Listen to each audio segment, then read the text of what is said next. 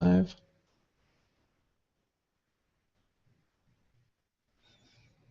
keep calling me. Okay, we're live here at the at Perry Wellington Studios. This is Adam Conrad and Carrie Kobach. And we're here to talk to you a little bit about real estate. We're not even using a script today. We have no script. We've been doing something a little bit differently with these podcasts. We started doing them in the car. Mm-hmm. And the weather's really not very nice out. No. I think, what would Lori Kensinger call it? Poopy. Oh, yeah. She did that on live TV. That was really pretty fun, wasn't it? Yeah. Yeah. So the weather outside is not terribly great. Not a good reason to go for a drive. And I left the camera in the other car. Mm-hmm. So now we want to pull off a podcast. We have to do it in person. So this is Perry Wellington, and we do a podcast to talk about topics related to real estate. And today we thought we might talk about showing properties and buyer's agency. And I'll tell you the reason we wanted to talk about this is very topical. We come up with these ideas well in advance of the show. Oh, yeah. Mm-hmm. What was usually like 30 or 40 seconds in advance of the show. And so one of the things that came up in the radio program today was we did on WRTA, the local AM talk radio show. We talked about, we had a caller who was asking about seeing a house. So he was, when he called in, he mentioned he was going to call the agent that had the house listed. Mm-hmm. And I said, well, we can show you that house. Right. And he was really taken back by that. Mm-hmm. So you mean you can show me that house? So I know you're looking at me funny. Like, that seems like a completely bizarre concept. Mm-hmm. But the reality is a lot of folks don't realize that they can have their own agent show them any house. Right. And that's something we should talk about it in some details, buyer agency. Now, you got your real estate license in the last couple of years. Right. And we've been training agents. And so when we train agents and we teach them real estate, they only ever know the notion of, essentially of agency. So buyer's agency, representing the seller. So the agents really only know that side of it. They don't really understand dual agency. A lot of them, they understand that it is still practiced in Pennsylvania, but they don't really ever do it when they work with us, right? Mm-hmm. Right. Some want to do it that they don't work for us anymore. But the way we've structured this is that agents represent one client. They represent the buyer. They represent the seller. So our agents, look at me funny when I talk about things like this, but the public still has they still have this notion that they should call the agent who has the house listed. Absolutely. Mm-hmm. Right? So they see a sign, they see a name, and they do what we call in real estate, in real estate circles, we call it calling off the sign. Right. Or calling the sign. So the agents put their name on a rider so that they capture buyers. And I understand that. That makes perfect sense. And our agents do that too. And I know that sounds a little confusing. But what we like to have is our agents can show the property, certainly. But if that client's really, really serious about that property, we let them know right off the bat. We represent, that agent showing it represents the seller, right? Mm-hmm. Right. You've been doing that. Mm-hmm. How's that work for you so far? Worked well for me. People are surprised, though. I had a listing appointment today, or I talked to a seller today, and I was explaining a couple, he was aware of the 4.5% with Perry Wellington, and that's what got his attention. But then I was explaining about the no dual agency, and he was just really surprised that I wouldn't represent a buyer if I was representing him. So, it's not, they don't know about it. Yeah, some folks actually kind of take it the wrong way sometimes, don't they? They take it like, well, I thought you were going to sell my house, right? And so they get a little confused when you say, I'm not going to be the person who represents the buyer. They eventually get it, though, and then it clicks. Once it clicks, I had a sales manager one time. He used to use this analogy. It was a great analogy. He'd say, sometimes when you're talking to people about a concept and you're trying to convey a concept to somebody, particularly in sales situations, he likened it to them fumbling around in one of those dark closets that have the pull chain for the light. He said when you fumble around that closet and you find that pull chain and you pull it, and then you got light, and then everything. You can see everything. Right. And he likened it. That's what it feels like a lot of times when we talk about this agency concept. You can literally see the light bulb going on. Yeah, I never thought of it like pulling from that now chain. on, from now on, you'll have to go, okay, pull the chain, because a lot of folks don't think of it that way. But I'll attribute that. That was Joe Folkler. Joe used to always use that. He was a sales manager of mine earlier in my software sales career, and he used that analogy, and I've used that for years. Sometimes it just takes that, that moment where it's like revealed. It's like, wow, okay, I get it. And once they get it, they don't go back. Right. Once you understand your agent is representing you to get your best deal as a listing agent, that's going to represent you, going to get your property marketed and get it put out there for others to see, and then realize that other agents are going to bring that buyer. Right. Right. It was interesting. I was talking with Bob Pennington, broker for Coldwell Banker, and here locally in the Blair County market, and we were chatting about something, and he mentioned, he said, we really sell a lot of your properties.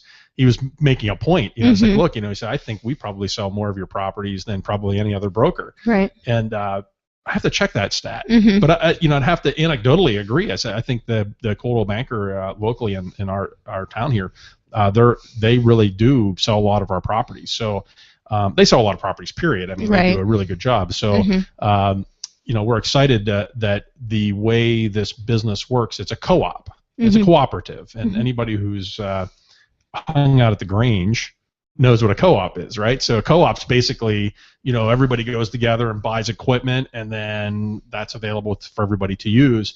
The co-op in real estate is, you list the property for sale, and you represent that seller, and then another agent from some other brokerage brings that buyer. Right. Right.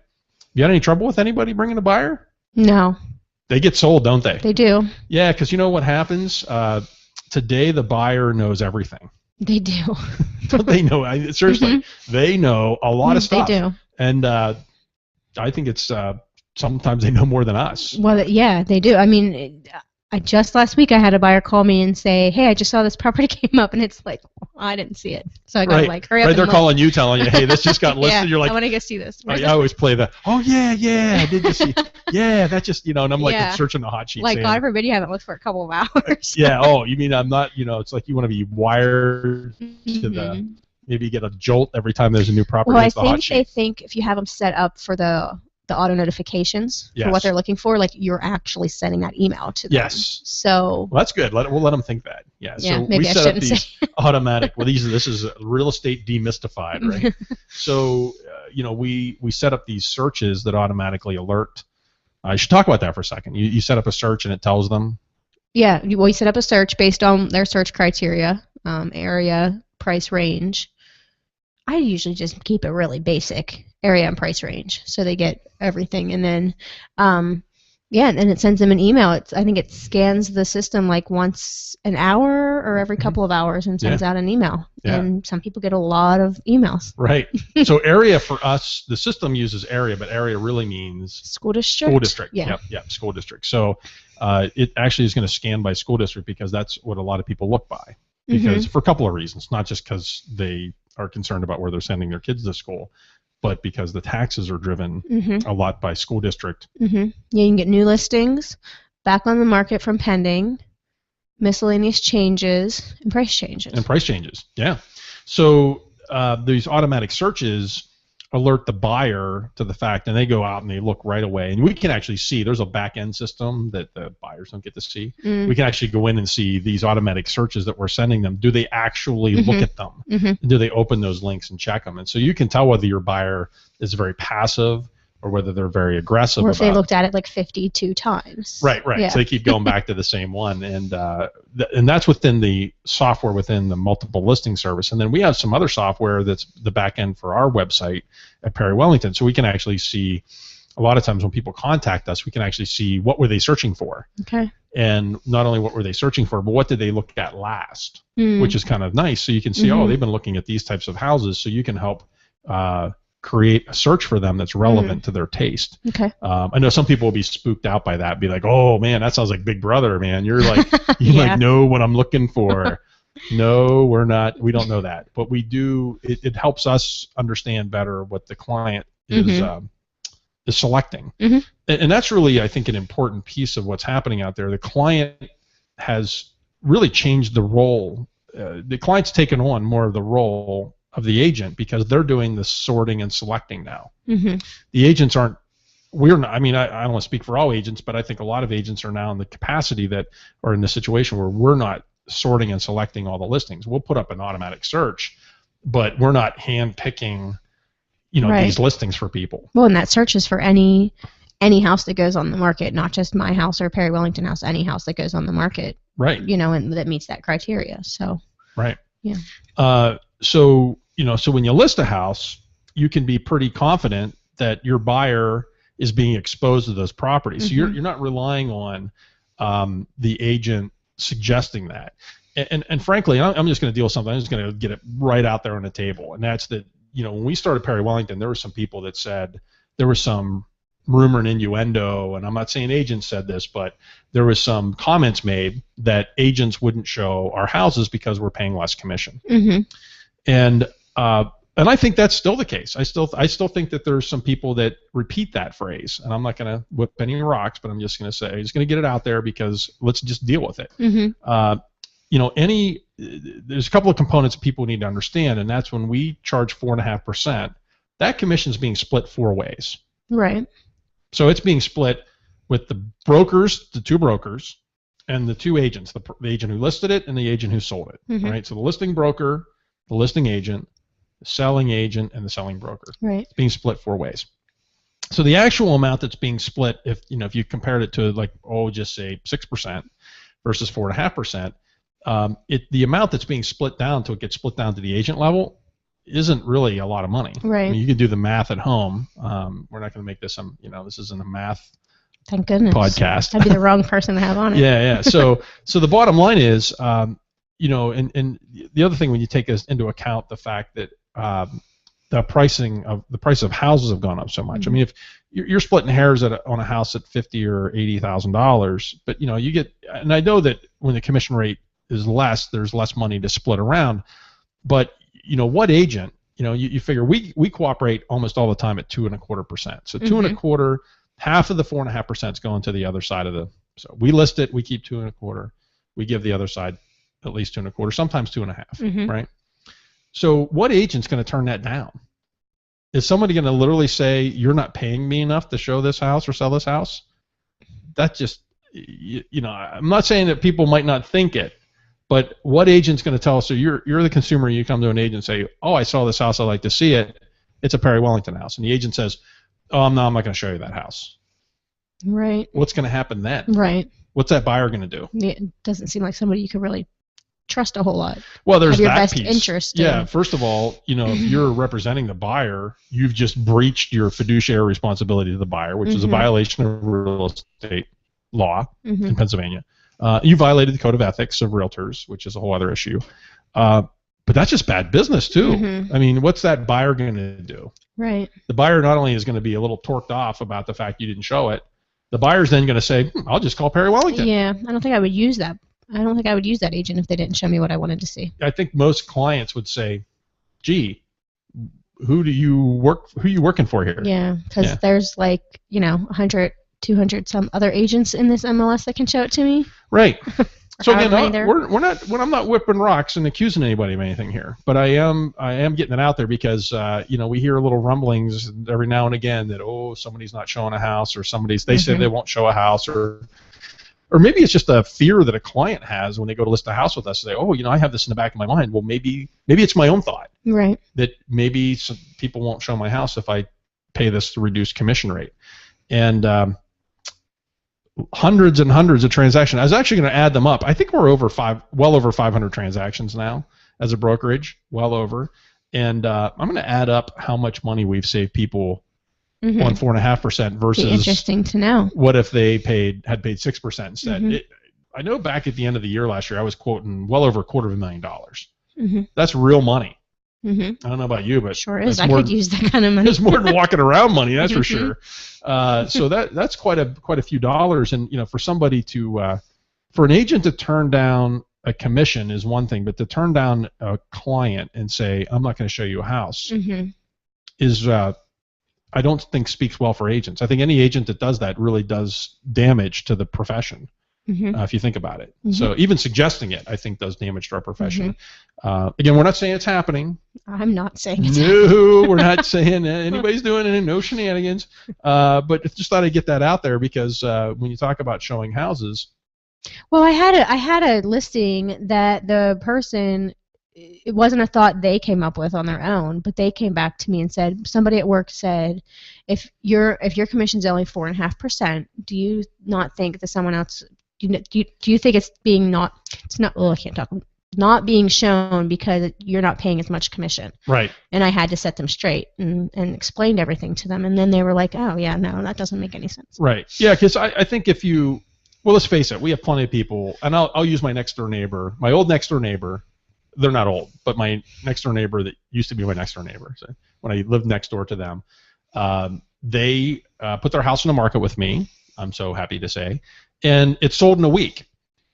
And they told me a story that somebody had relayed to them that there could be a concern that at 4.5%, other agents wouldn't show their house. And I'm not going to say where that came from, but I'll just say that this was a concern. They called me upset. They were my neighbors. They knew me well, and they said, "Look, we know you, we trust you, but we're concerned. We heard this. What do we do?" I said, "Well, let's put it on the market, and we'll show you." And I also showed them. I actually printed out a report of all the showings that were upcoming over the next couple of days for our brokerage. It was tens of 20. It was a lot, lots and lots of showings. I said, "I'm not sure who might be suggesting that, but here's showings from all these brokerages and all these different agents, and this is who's who in real estate. I don't know where that's coming from. So let's just, I don't know if it's a neighbor, a coworker, we'll just say that." So we put it on the market, and their house was under contract in 8 days. Pretty good. And it was a broker from another office. It was an agent from another brokerage, not one of our agents. So I just, let's just get it out there. Let's just talk about it. If anybody wants to, watch the podcast and kind of explore that a little bit. But we do have some good collateral backup for that. We can show sold statistics for all the different brokerages that have sold our properties. We can show showing statistics on everybody that's showing our properties. So, so that works out well. I mean, so if, so this innuendo can't be true because the facts are the facts. The facts are we sell, I think in terms of percentage, I have to look, we sell a little less than half of our own properties. Some other broker sells over half of our. A little bit over half, like 52% or so. So we list it, and they must be happy enough to sell it because more than half of them are being sold by another brokerage. And then we go out and sell another 100% of what we sell of other brokers' properties. So we represent buyers very frequently who buy properties from other brokerages. So we do a lot of cooperating transactions as well. So I mean, we'll just talk about that piece a little bit. I got sidetracked, as I'm likely to do. But it's your show. Do what you want. Yeah, I mean that doesn't mean anybody actually has to watch. Okay, so let's talk about buyer agency for a second. So you can actually get. I know this sounds mundane, but you can actually get an agent. You call up an agent and say, "Look, I'm interested in buying a house, and I want you to represent me. I want you to take me to show me the houses I'm interested in. You'll know my taste and my preference, and I want to use you as my buyer's agent so that when a house comes up, we can talk about it. You'll be ready, get me pre-qualified, tell me all the things I need to do to get ready to buy a house as a client, and I work with you as a buyer's agent, and you represent me. So I don't have to worry about calling other agents and setting up appointments. I just tell you, say, hey, these are a couple of houses I'd like to look at. Can you set it up? And let's put a schedule together. That's ideal. And you can do that, and then the buyer's agent will show you properties from all kinds of brokerages, right? So it's like going to Lowe's and picking out flowers, right? You can just go around, I'll have some of this and I'll have some of that, and kind of go around. It's a little smorgasbord of properties that you can take a look at. So that buyer's agent, when you set that up, just for people that aren't used to this, who pays the buyer's agent? The seller. The seller. Yeah, what's interesting, isn't it? The seller actually pays the commission right, as part of, it's actually deducted from the sale price of the house. Who really pays the commission when it really comes down to it? The buyer. The buyer, in the form of the price of the house, right? So if the commission's in there, so let's say the house is $200,000 and the commission rate is, of course, 4.5%. $9,000 commission is going to be split 4 ways, but that $9,000 is going to be in there for the agents and the brokers commission. Well, if that person didn't spend the $9,000, they'd be able to sell the property for $191,000, right? They wouldn't have to spend as much. So, which is one of our arguments is why you want to use us, because if you were paying 6%, you'd pay $12,000 in that same example. So you just saved $3,000. And the reality is, it's not just saving the seller, because the seller isn't really paying it, are they? Right. The buyer is paying it in the form of a higher purchase price for the house. And I've used this example plenty of times. So if there's 2 houses side by side and they're identical, and they're both $200,000, the smart folks that use the 4.5% Perry Wellington agent only pay $9,000 commission. Right. And the folks that are paying the 6% are paying $12,000. So 2 identical houses, $200,000. The person that is paying less commission could really sell their house for $197,000, couldn't they? Yep. They could aggressively price their house against their neighbor and sell. And which one's going to sell first? The $197,000. Yeah. For all things being equal, the one that's better priced for the same thing. I mean, who hasn't looked on the internet to purchase something and then looked at, oh, this one's $3,000. I mean, this one's 3% cheaper, right? Or this $30 cheaper than this one, or this one has cheaper shipping to my door. Oh yeah. Who doesn't do that? No. Yeah. And do you really care much who's selling it to you? Nope. I mean, it's a commodity. I mean, it's like, look, I'm as a buyer, does the buyer care which brokerage has it listed? No, not at all. How could they? Not at all. And don't you always say what the seller can do with that $3,000 they saved? Yes. You can. I have a whole blog ready for one of those. Oh, well then maybe I won't say. No. We need to talk about that, because I'll forget. I always like to talk about that $3,000. You talk about $3,000, and that's a lot of money. And I don't like to talk about $3,000 in the abstract, like just $3,000. I like to talk about what you can do with $3,000. So, depending, you could take a family of 4 to Disney on $3,000. Pretty much. Probably not for a whole week at Disney. But. Maybe a couple. You could have a nice vacation with you and a mate. Yes. Or in couple. You could take a family on a cruise for $3,000. You could do a lot with $3,000. So, as an example, I had a guy who just sold a house for $250,000, and he listed with us. We sold his next door neighbor's house, and he said, I'll use you, and I think I've told you that story. But anyway, $250,000. So what did he save? He saved close to $4,000, maybe $3,750. That's a lot. Okay, so ironically, we're sitting at the closing table, and a broker, the HUD sheet, which is all the settlement statements, all the things that say who pays what. There was a fee. We have a local broker who charges a fee, and I'm not going to rag on that fee, but there's a fee of $75 that they charge, and so that charge should have been for their buyer, but somehow it wound up in my seller's column. So I had the fee corrected and put in the right column. The people that put the thing together inadvertently put the $75 fee and charged my seller when it should have been charged to their buyer. And so, I said his name was David. I said to David, so first off, we were talking about how much money he saved. It's $3,750. I said, that's not just a cruise. That could be an Alaskan cruise. Yeah, it's a lot of money. That's a lot of money that you could enjoy.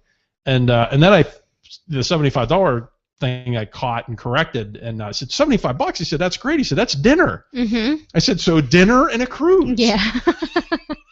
You can do all sorts of things. Yeah. So I thought I had to bring that point home. I said, because dinner and a cruise. So I'm going to write a blog. We call it Dinner and a Cruise.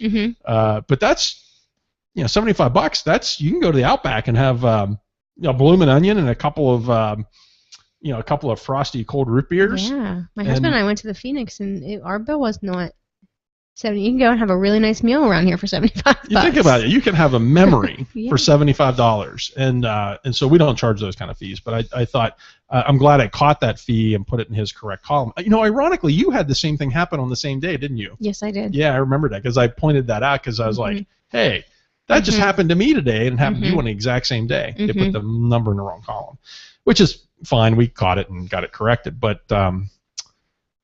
Dinner and cruise. So I'll use that story again when I list a $250,000 house. Don't you always say too? Wouldn't you rather take your pictures on vacation and put them on your Facebook page so everybody can see instead of you looking at your agent's Facebook page and seeing their vacation? Yeah, pictures? And I don't want people to misunderstand. I mean, I want agents work hard, and I want agents to make money. Absolutely. But consumers, we work for them. And so, so I've often said, wouldn't it be, I tell consumers, look, you would much rather have those pictures of you on vacation and you on the cruise than me. You want to see my picture? I'm going to put my pictures of my cruise that I went on because I charge you more money. No, we've really decided that we would reset the fee structure and advertise it that way because to some degree, what we decided to do was take and spend less money on certain types of advertising and put that money into the hands of the consumers instead. So what we've decided to do, this is not in any way, shape, or form discounting. This is basically changing the price structure to say, look, we're just not going to spend as much on advertising, and we're not going to take as much out of the deal. That helps the buyer and the seller come together, and it puts more money in their pockets and helps us get deals done. And that's worked out real well. People love it. Yeah. So, and they call, they say, we want it. They almost think it's maybe too good to be true. And we talked a little bit today about what happens when on the radio. I'll kind of recap this a little bit. But if the seller doesn't get success right away, and this comes back to your question about whether people show the properties. If a seller doesn't get success right away, right away it's easy. They turn and say, it must be because of the commission rate. Could be that. Don't you think something up? Maybe it's not something you're doing. Is there something you're not doing that the other agents do? And I get that. I get that if you're not successful right off. I mean, my neighbor sold it in a week, so I mean they couldn't certainly say anything. But I can imagine if you're a couple months in and nothing's happening, you're like, something's wrong. It's frustrating. Right. So the reality is, we use the same multiple listing service. We advertise in the same newspapers. We actually have some cool stuff like a TV show. Probably we need to have a hard conversation. If you're not getting showings, time for that hard conversation. Right. There's something wrong with one of three things: condition, location, or price. And condition you can fix. You can remodel a kitchen or bath and fix it. Location, you can't fix too easily, but if you've got a neighbor with maybe you've got something beside you like the city dump, that could be a problem. You've got you've got neighbors who are doing drag races in the yard next door. I mean, whatever. I mean, you've got some maybe very little control over location. Control over that. Maybe the Blair County International Airport changes its flight path, and now planes are landing over your house, jumbo jets, and all that. Probably not too likely. More like hand gliders or something. Single propeller planes. And then you've got price, and price is certainly something, but nobody wants to monkey with price. Everybody wants to hold the line on the price. Try to change their location before changing the price. Yeah. Let's pick up stakes here and move this thing, and I don't want to change the price, but it does. You only have a few variables you can work with. But and I'll take some responsibility here as agents. I mean, we have our duty to market the property, take good pictures, put it in the right places so that it gets seen. So we market it online, we market it on TV, we market it in print.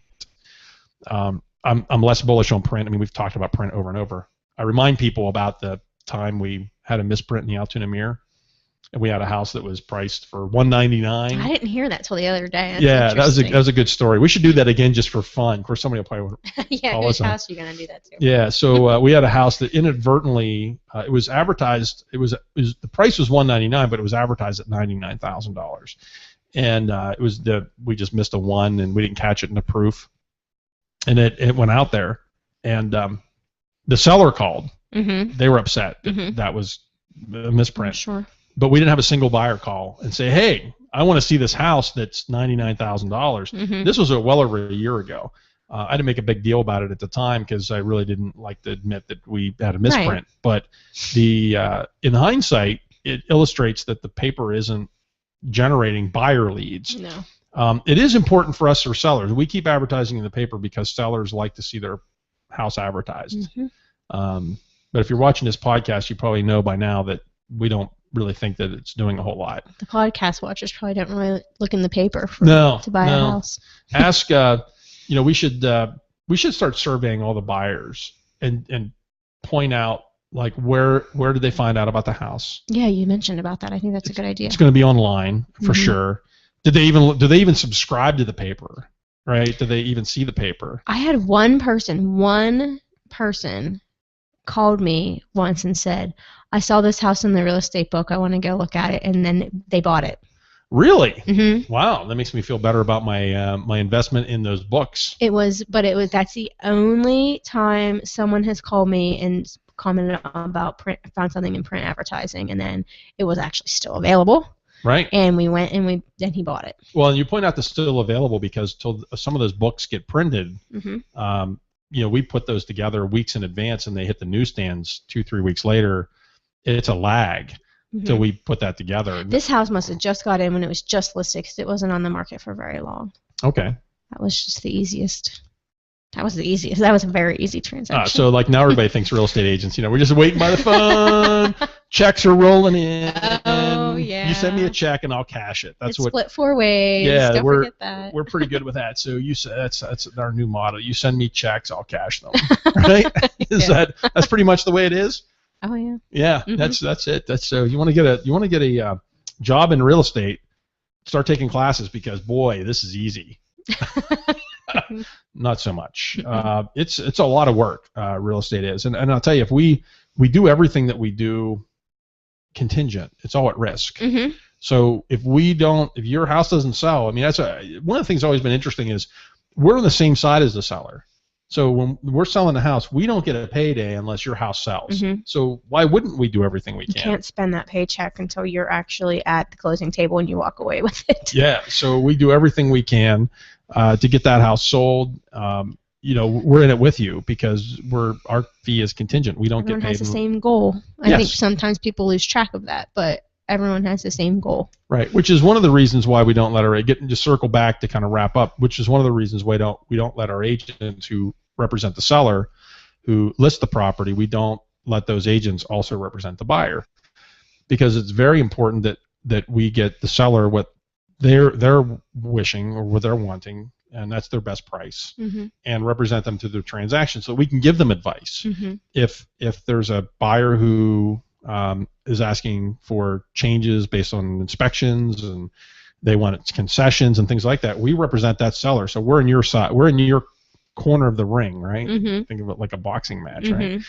So we're in your corner representing you. And if the buyer says, I want this, then you're going to say, well, the buyer wants this, but, here's what I recommend. Here's what I think the course of action is. If you're representing both the buyer and seller, I guess you'd have to run between both corners of the ring. You ever see that in a boxing match? No, the trainer, very tiring. The trainer you ever see the trainer for one boxer run over and start mopping the brow of the other boxer? Give him some strategy. Well, I don't watch a lot of boxing, I have to admit. Yeah, well, probably people watch that cage fighting stuff instead. But I don't know what to do there. I don't know. But we'll use the boxing match, which is I don't know where I came up with that one, but you don't see the trainer running across. You don't see Rocky. You don't see Rocky running across the trainer, Burgess Meredith running across the mat, the ring, the canvas, and say, "Oh, hit him low." Yeah. No, they don't give him strategy. They don't switch sides like that. And at Perry Wellington, we don't either. So our point of view is we're in your corner, we're in your side. And there are some unique circumstances where me as the broker, if I've got two of my agents where they're both representing. then I am the dual agent. So. And I think that sometimes sellers do get confused about that particular piece. Once they understand that if I have their house listed, I cannot represent the buyer, but they do get a little bit confused that it can still be a Perry Wellington agent. It just can't be me. So that part takes a little explaining. But again, they pull the light switch and the rope or whatever. They're in. And that's what we call designated agency. So you designate an agent who represents the other side. So we say, look, you show the house to somebody that's come by, you represent the seller, and you say to that buyer, look, if you're real interested, sound like you're interested, don't tell me anymore. We'll get you an agent from our brokerage, and we'll keep it in-house at the brokerage, and we'll help you out. But it's going to be somebody who only represents your side of the equation. So, and we do that really well because the agents don't get, there's not one fax machine that they're standing by, so they see faxes coming in. They don't have access to each other's files. So there's no file cabinet they can go rifle through after dark. Not that anyone would ever do that, but so there's no way for the agents really to really to know what's going on. And so we set up in the beginning so that agents really are in their own little bubble. Yeah, I never even thought about like faxes coming in or just that paperwork you see laying around. Yeah, just imagine if you were in an office and you went to pick up your fax and another fax had come in and you're sorting the fax out. And you say, that happens with a fax machine. Yeah, so I see. Susie just got an offer on, and I had a buyer that was looking at that, and I see she just got a full price offer. Let me call it. No one would ever do that. Let me call my buyer and tell them, no, we'll just leave it at that. I think it's crazy. People are still faxing, but yes. They are still faxing. Fax is still out there a little bit. So, so there's a couple of things that we do with a designated agency, but we really wanted to talk on this podcast about showing properties and buyer's agency and make sure that everybody understands, get your own agent to represent you. Don't just call off the sign. That's key. I did a TV segment, Don't Call Off the Sign. Yes. Not all agents are cool with us saying that. They really want you to call off the sign because that's that the benefit of getting the listing is that you get people who call, and then you could pick them up as buyers, or you could. And oftentimes they don't like that house that you're showing them. So but if they like you, then they might want to work with you, and they might want you to show them other houses. So it's a bonus. It is. It's a win-win. So that's a little bit about showing properties and buyer's agency. Again, this was Perry Wellington. I am Adam Conrad and Carrie Kobuck. And we'll be back. Hopefully next week we'll have a one of those drive around ones. Or drive around. Yeah, drive around. We played around with realtors in cars, not drinking coffee. Kind of a spoof on the Jerry Seinfeld, comedians in cars getting coffee or whatever. But they drive all kinds of cool cars. Wow, and we have all those like hot spots here we like to drive to. Yeah, we got some really cool stuff we got to go visit. So there's so many attractions nearby. So we're signing off again. Thanks for watching, and check us back out with and watch our earlier podcast as well. Thanks for watching.